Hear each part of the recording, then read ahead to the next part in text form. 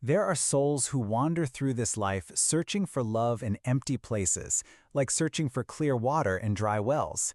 Have you ever stopped to realize that every time you accept less than you deserve, you're not only betraying your dreams, but you're betraying a sacred agreement your soul made before you even chose this body, this time, this existence?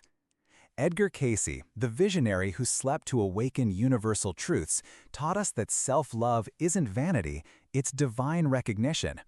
It's the quiet remembrance of who you truly are beyond this skin, beyond this name, beyond this temporary story you call life. There's a profound difference between being alone and being in company that diminishes your light. Solitude can be a garden where your soul blossoms in silence, where you rediscover your true colors away from the distorted mirrors of relationships that don't reflect your essence.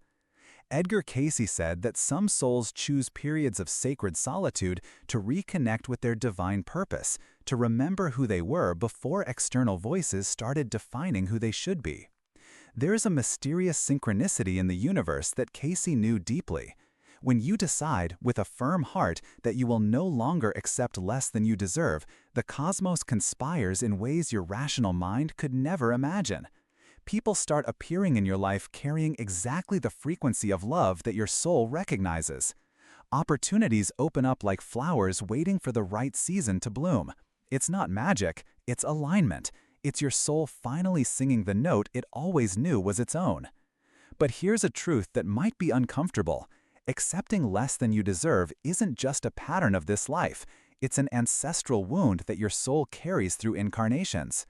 Perhaps in a past life you were taught that your worth was conditional on how much you served others. Perhaps you carried guilt that made you believe you didn't deserve full love. Perhaps you made choices that generated karma of devaluation that now needs to be healed through the recognition of your own divine dignity. Edgar Cayce spoke of soulmates not as people who complete our missing halves, but as spirits who recognize our completeness and celebrate it.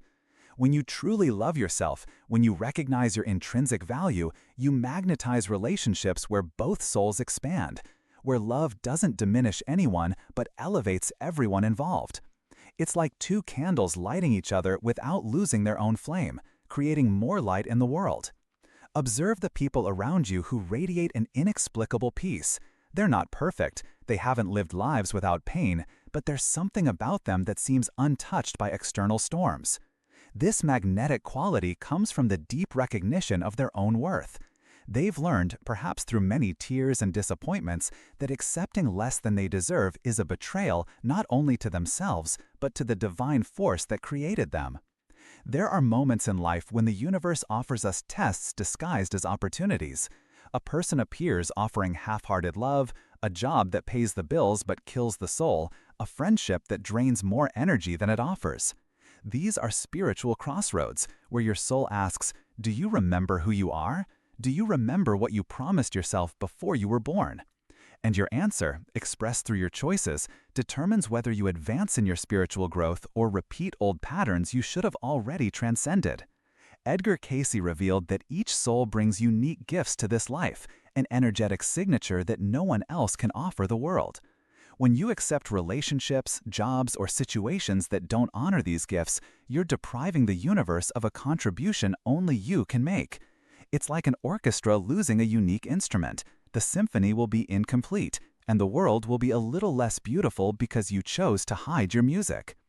If you've made it this far on this journey of words, it's because your soul is ready for a profound shift. If these truths resonate within you, it's a sign that it's time to stop accepting crumbs when you were born for feasts. Let me extend a special invitation. Subscribe to this channel and hit the notification bell, because here we regularly share these truths that your soul already knows, but perhaps needs to hear from an outside voice to remember. Together, we're building a community of souls awakening to their own worth, and your presence here is a part of this collective awakening. Healing begins when you look in the mirror and recognize not just the aging face, but the eternal soul inhabiting this temporary form. Cayce taught us that we are spiritual beings having a human experience, not the other way around. And if you are a spiritual being, created by the same force that made the stars and the oceans, how can you accept love that doesn't recognize your divinity? How can you remain in relationships where your light is seen as too much instead of being celebrated as the gift it truly is? There's a phenomenon Cayce called cellular memory, the ability of our physical body to hold memories of all experiences, not just from this life, but from past lives. When you feel that inexplicable shiver when you meet certain people, when you have that déjà vu feeling in certain situations, when your body rejects environments or people before your mind understands why, it's this ancestral memory communicating with you, alerting you to patterns you already know, guiding you towards choices that honor your spiritual evolution. There are relationships that come to us as karmic contracts, people our soul agreed to meet to resolve unfinished business from other lives. But here's a truth few understand. Not every karmic contract means you must accept mistreatment. Sometimes the karmic lesson is precisely learning to say no, to set boundaries, to honor your worth even in the face of familial, social, or emotional pressure. Sometimes the healing your soul seeks comes through the courage to choose differently this time. Have you noticed how certain songs make you cry for no apparent reason? How some landscapes awaken a longing for a place you've never been physically? Edgar Cayce explained that our soul keeps vibrational records of all the beautiful experiences it's ever had. And when something in the present resonates with these deep memories, we feel that expansion in our chest, that recognition that transcends words. That's what love in your life should be like, something that resonates with the highest frequencies your soul knows, not something you need to convince yourself to accept. The fear of loneliness has caused millions of souls to accept less than they deserve. But Cayce revealed a liberating truth. You are never truly alone. There's an invisible network of light connecting all souls who have chosen the path of spiritual evolution. There's a divine presence within you that is more constant and reliable than any human companionship. And when you learn to fully inhabit that inner companionship, your desperate need for external validation transforms into a magnetic ability to attract relationships that truly nourish your soul. Think about those rare moments in your life when you felt completely seen, understood, and valued. They weren't ordinary moments. They were glimpses of how true love manifests when it encounters souls who recognize their own worth. Edgar Cayce said these moments are reminders of what's possible, seeds of hope planted by the universe so you don't give up on seeking relationships that honor your divine essence. Modern society has created an artificial rush in love, as if there's a cosmic timer counting down the minutes until you're alone forever. But evolved souls know that divine timing operates on a different frequency than human time. Cayce spoke of life cycles, periods where certain lessons need to be learned before other experiences can manifest. Perhaps your soul has programmed a period of self-love development before allowing romantic love to fully manifest. Perhaps you need to heal wounds of rejection before you're ready to receive the love you truly deserve. There's a profound energetic difference between a person who accepts less out of fear and a person who waits for what they deserve out of self-love. The former carries a vibration of scarcity, of desperation disguised as practicality. The latter radiates a serene confidence and inner certainty that doesn't depend on external validation. And the universe, being pure energy and constant motion, responds to these vibrations in ways our linear mind can't calculate, but our intuitive soul recognizes perfectly. Have you ever wondered why some people seem to naturally attract healthy and abundant relationships while others repeat the same painful patterns life after life? Cayce revealed that there's a universal law of attraction that goes beyond what we know today. It's the law of spiritual resonance. You attract not necessarily what you desire, but what you believe you deserve at your deepest levels. And that belief isn't just in your conscious mind, it's etched into your soul through all the experiences you've ever lived. There are people who enter our lives carrying precisely the patterns we need to heal. They're not coincidences. They're encounters orchestrated by the wisdom of our own soul. Sometimes someone treats us exactly the way we treat ourselves internally, mirroring our lack of self-love back to us until we can no longer ignore it.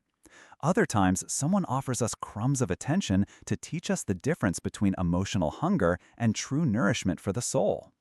The wisdom of your soul, a guide to self-worth. Edgar Cayce spoke about the importance of prayer and meditation not as religious rituals, but as direct conversations with our inner wisdom. When you're confused about whether or not to accept a situation in your life, stop. Breathe deeply. Place your hand on your heart and ask your soul, does this expand or contract me? Does this bring me closer to or further from who I truly am? Does this honor or diminish my inner light? And then, in silence, listen.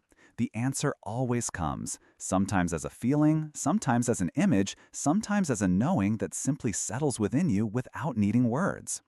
There's a special courage required to choose solitude over accepting company that dims your shine.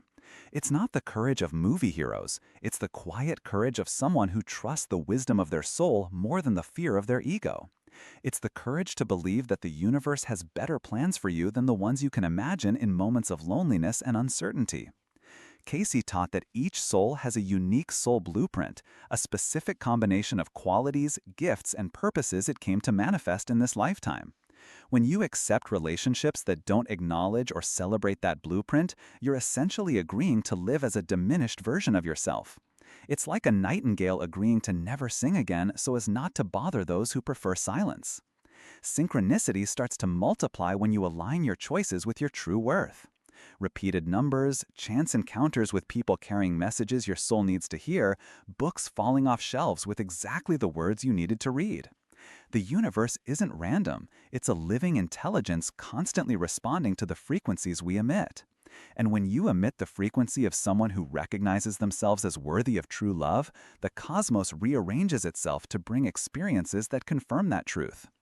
There are soul wounds that can only be healed through the acknowledgement of our own worth. Old betrayals, deep rejections, abandonments that marked not only this life but other incarnations. Cayce revealed that these wounds manifest as repetitive patterns until we learn the lesson they came to teach. And often, the lesson is simple and revolutionary. You have always been worthy of love even when you weren't loved adequately. When you start saying no to what doesn't serve your soul, something magical happens. You open energetic space for what truly belongs in your life. It's like clearing a house cluttered with worthless objects so that the true treasures have room to manifest. Every no spoken with self-love is a yes to possibilities your soul knows but your mind hasn't yet glimpsed. Edgar Cayce spoke of the different kinds of love a soul might experience throughout its incarnations. Dependent love, which seeks completeness in another. Conditional love, which offers affection only when certain demands are met. Possessive love, which confuses control with care. And unconditional love, which recognizes the divinity in another without trying to change them. When you truly love yourself, you naturally gravitate toward the latter, both to give and to receive. There's a phase in the spiritual journey Cayce called the awakening of divine dignity. It's when the soul finally remembers it didn't come to this earth to beg for love, but to radiate the light it already carries. It didn't come to convince anyone of its worth, but to live so authentically that its worth becomes undeniable. It didn't come to accept scraps, but to partake in the sacred banquet of existence in all its magnificence. Have you noticed how young children naturally expect to be loved? They don't question whether they deserve attention, affection, care. They simply assume they do because they still remember their divine origin. Over the years, the world teaches them to doubt, to settle for less, to believe they must prove themselves worthy of love. But recognizing your true worth is, in essence, a return to the natural wisdom of the inner child, who knows, without a shadow of a doubt, that they were created to be fully loved. The most powerful prayer you can make, according to Edgar Cayce, isn't asking for a specific person to love you, but asking for your soul to fully remember its own worth. Because when that happens, you become a natural magnet for experiences that confirm that truth. People, opportunities, and situations begin to align with the frequency of the dignity you finally recognized in yourself. There are relationships that serve as mirrors, showing us aspects of ourselves we need to heal or celebrate. And there are relationships that serve as gardens, offering the ideal environment for our true nature to flourish. Cayce taught us to distinguish between the two and to honor each in its purpose. Mirrors help us grow, but they aren't necessarily where we should stay. Gardens are where we plant roots and build a life that honors our truest essence. When your soul is ready to receive the love it truly deserves, it begins to send subtle yet unmistakable signals. You stop romanticizing relationships that cause more pain than joy. You begin to feel a physical unease in the presence of people who drain your energy. You develop an almost telepathic ability to perceive when someone is offering genuine love versus when they're simply filling their own void through you. Edgar Cayce revealed that some of the most evolved souls choose incarnations where they will learn to value themselves after periods of devaluation. It's as if the soul says, "This time I will fully remember who I am, even if the world tries to make me forget."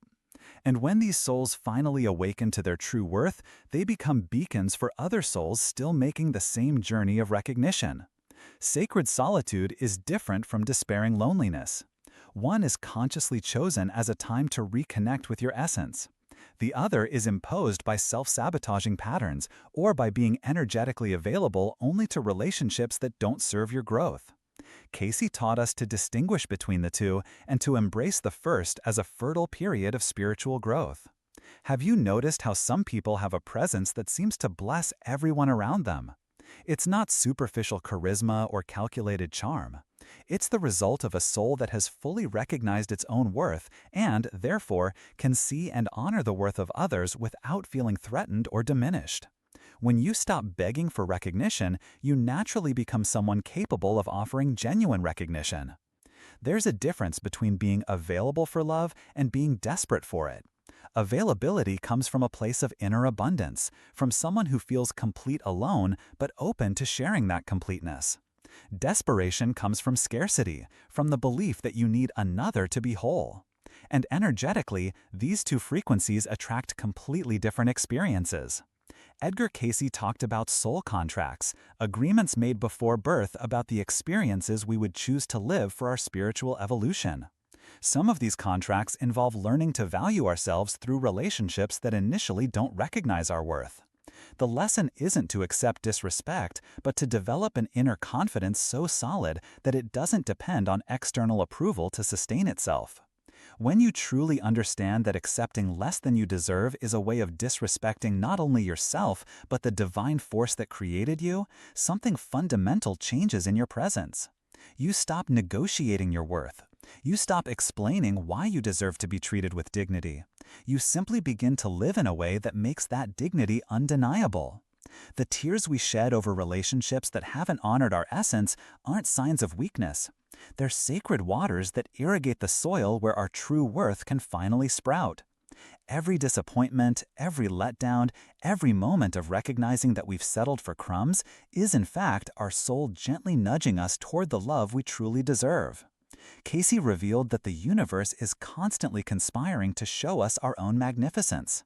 Through synchronicities, opportunities that arise at the exact moment, people who appear carrying exactly the qualities that our soul recognizes as true love. But we only perceive these gifts when our inner vision isn't clouded by the belief that we deserve less. There's a sacred moment in every soul's life when it stops searching for love and begins to radiate love. When it stops asking, "Will someone love me?" and starts asking, "How can I love more deeply?" starting with myself. It's in that moment that true spiritual magnetism awakens and authentic relationships begin to gravitate naturally toward that light. The ancestral healing your soul might be seeking through self-worth could be breaking patterns that have repeated for generations. Maybe you're the first in your family line to say, "I deserve to be loved fully," and truly believe it. Maybe your journey of recognizing your own worth is healing not only your wounds, but those of your ancestors and positively influencing future generations. Cayce taught that every choice we make based on genuine self-love raises the vibration of the entire planet. When you choose not to accept less than you deserve, you're sending waves of energy that empower other souls to make the same choice. You become part of a collective awakening where human beings finally remember their divine origin and stop settling for experiences that don't reflect that truth. The love you deserve isn't a prize that needs to be earned through performances or excessive sacrifices. It's a natural recognition of your divine essence by someone who has also recognized their own divinity. It's a meeting of souls who celebrate each other instead of trying to complete each other.